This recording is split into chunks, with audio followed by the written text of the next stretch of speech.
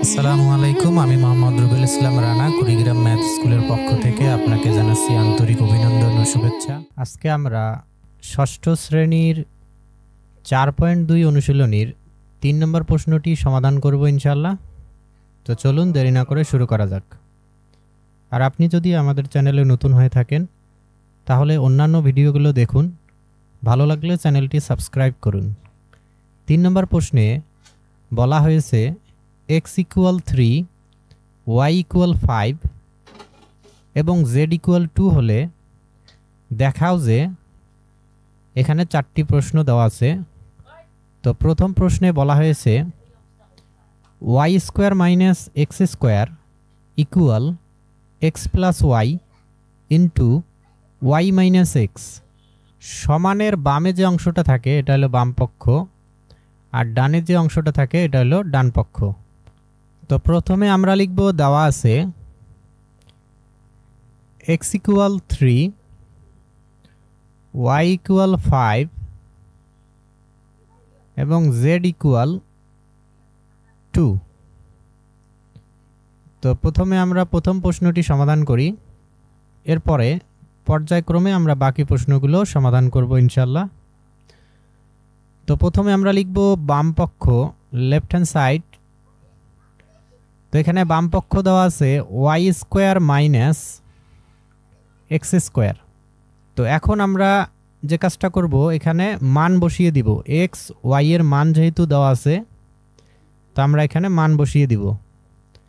y এর মান হলো 5, তাহলে y এর পরিবর্তে আমরা লিখব 5, তার স্কোয়ার আছে আমরা স্কোয়ার দিব, মাইনাস x এর মান হলো 3, তাহলে x এর পরিবর্তে 3, তার স্কোয়ার আছে আমরা কি করব স্কোয়ার দিব। এখন 5 এর স্কোয়ার করলে কত হয়? তো আমরা জানি যে উপরে পাওয়ার যত থাকে নিচের সংখ্যাটা ঠিক ততবার গুণ করতে হয়। যেহেতু পাওয়ারে 2 আছে তাহলে নিচের সংখ্যাটি 2 বার গুণ করতে হবে।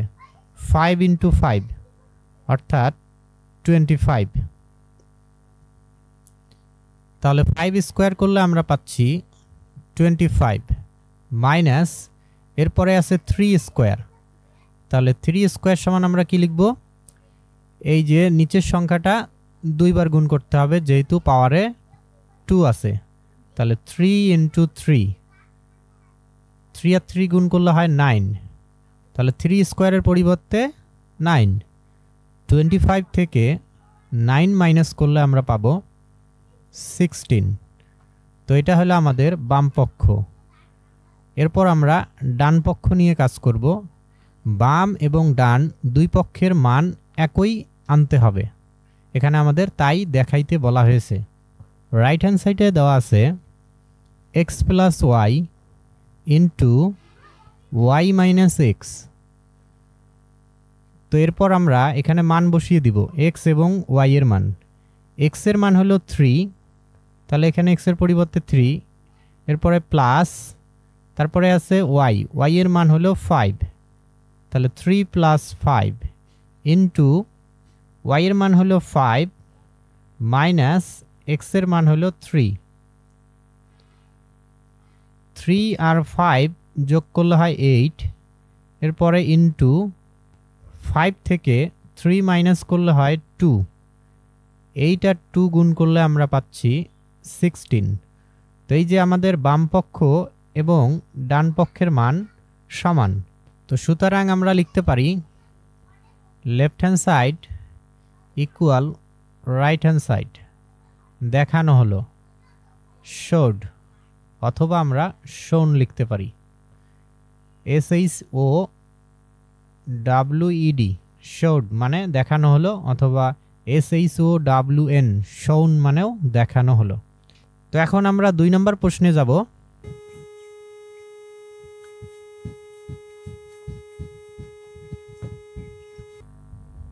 দুই নম্বর প্রশ্নে বলা হয়েছে x + y² = x - y² plus 4xy, এই দুইটা সমান দেখাইতে বলা হয়েছে। আমরা প্রথমে বাম পক্ষ লিখব x plus Y all square. তো x এর মান হলো 3 প্লাস y এর মান হলো 5 তার অল স্কোয়ার। এখানে আমরা দ্বিতীয় লাইনে সাইড নোট লিখতে পারি মান বসিয়ে পাই। তো আমরা যে লাইনে মান বসাবো সেখানে সাইড নোট দিব মান বসিয়ে পাই। সব অঙ্কের ক্ষেত্রে আমরা এই কাজটা করতে পারি।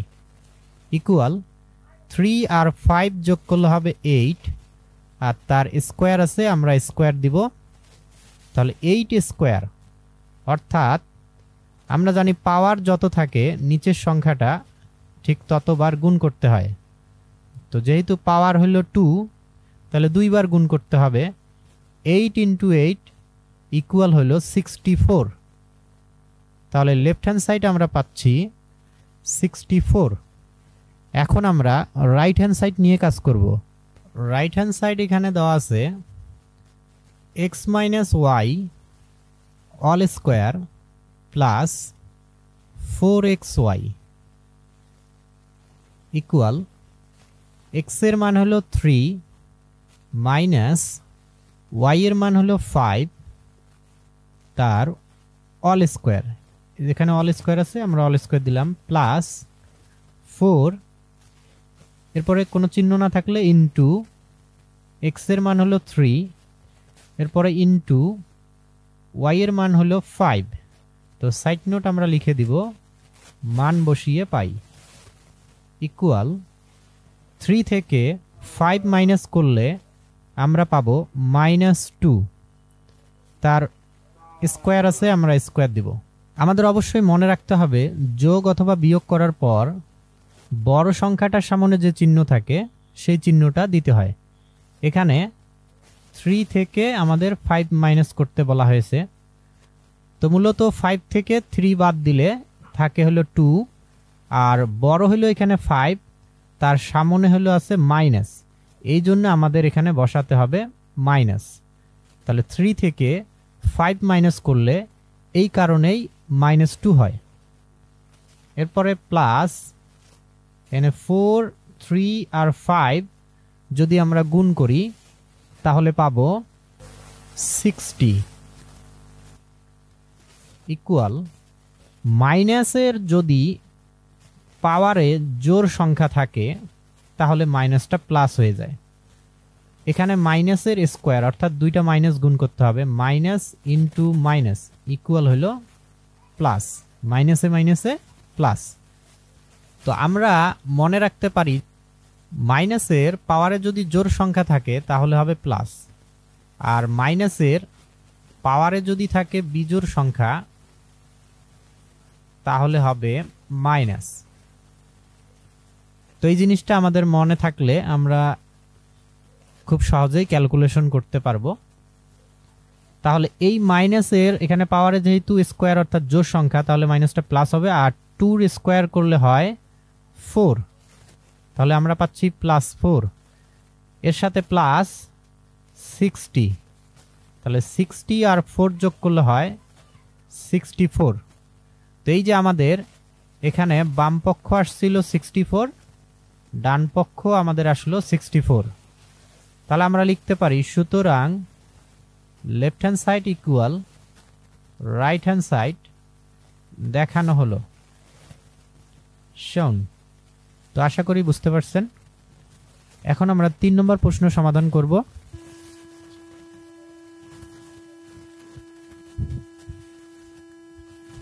তিন নম্বর প্রশ্নে দেখাইতে বলা হয়েছে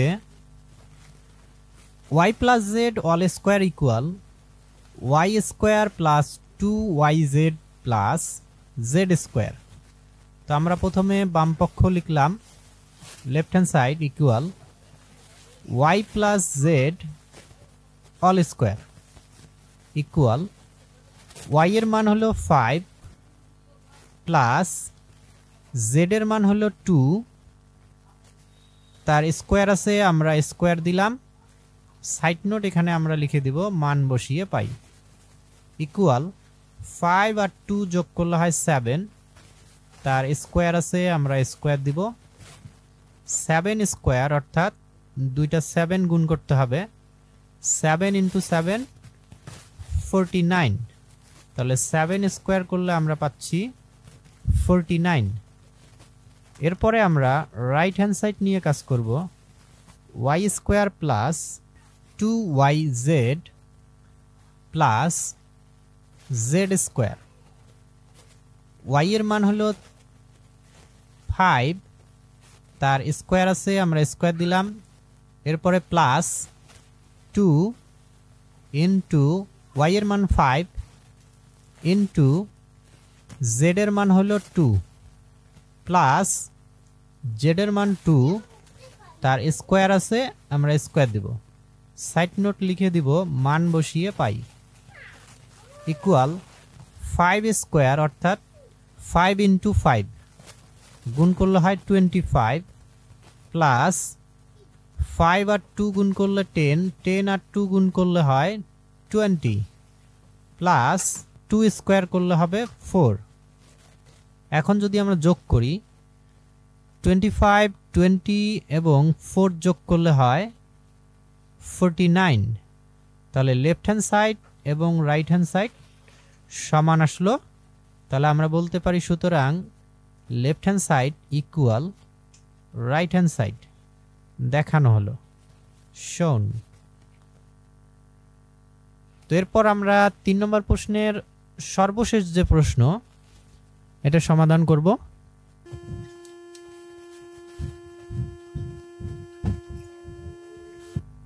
4 নম্বর প্রশ্নের বাম পক্ষে দেওয়া আছে অর্থাৎ left hand side x plus z all square তো এখন আমরা এখানে মান বসাবো x এর মান হলো 3 প্লাস z এর মান হলো 2 তার অল স্কোয়ার আছে আমরা অল স্কোয়ার দিব ইকুয়াল 3 আর 2 যোগ করলে হয় 5 তার স্কোয়ার আছে আমরা স্কোয়ার দিব 5 স্কোয়ার অর্থাৎ দুইটা 5 গুণ করতে হবে 5 ইন্টু 5 ইকুয়াল 25 তাহলে 5 স্কোয়ার করলে আমরা পাবো 25 তো বাম পক্ষ আমাদের আসলো 25 এখন আমাদের ডান পক্ষ নিয়ে কাজ করতে হবে এবং 25 নিয়ে আসতে হবে রাইট হ্যান্ড সাইড হলো x square plus 2xz plus z square equal এখন আমরা এখানে মান বসাবো x এর মান হলো 3 তার স্কোয়ার আছে আমরা স্কোয়ার দিব প্লাস 2 ইন্টু x এর মান হলো 3 ইন্টু z এর মান হলো 2 এরপরে প্লাস z স্কোয়ার z এর মান হলো 2 স্কোয়ার আছে আমরা স্কোয়ার দেব আর যে লাইনে আমরা মান বসাবো সেখানে সাইড নোট লিখব যে মান বসিয়ে পাই এখন 3 স্কোয়ার করলে 3 ইন্টু 3 অর্থাৎ 9 এরপরে প্লাস 2 আর 3 গুণ করলে 6 6 আর 2 গুণ করলে হবে 12 এরপরে প্লাস 2 স্কোয়ার করলে হয় 4 এখন যদি আমরা যোগ করি 9 আর 12 21 আর 4 25 আমাদের লেফট হ্যান্ড সাইড আসছে 25 রাইট হ্যান্ড সাইড আসলো 25 যেহেতু সমান হয়ে গেল তাহলে আমরা লিখব সুতরাং left hand side equal right hand side দেখানো হলো শোন যদি প্রমাণ করতে বলে তাহলে আমরা লিখব প্রুভড প্রমাণিত তো আশা করি সবাই বুঝতে পারছেন আজকের ভিডিও এই পর্যন্ত দেখা হবে অন্য কোনো ভিডিওতে ইনশাআল্লাহ আল্লাহ হাফেজ আসসালামু আলাইকুম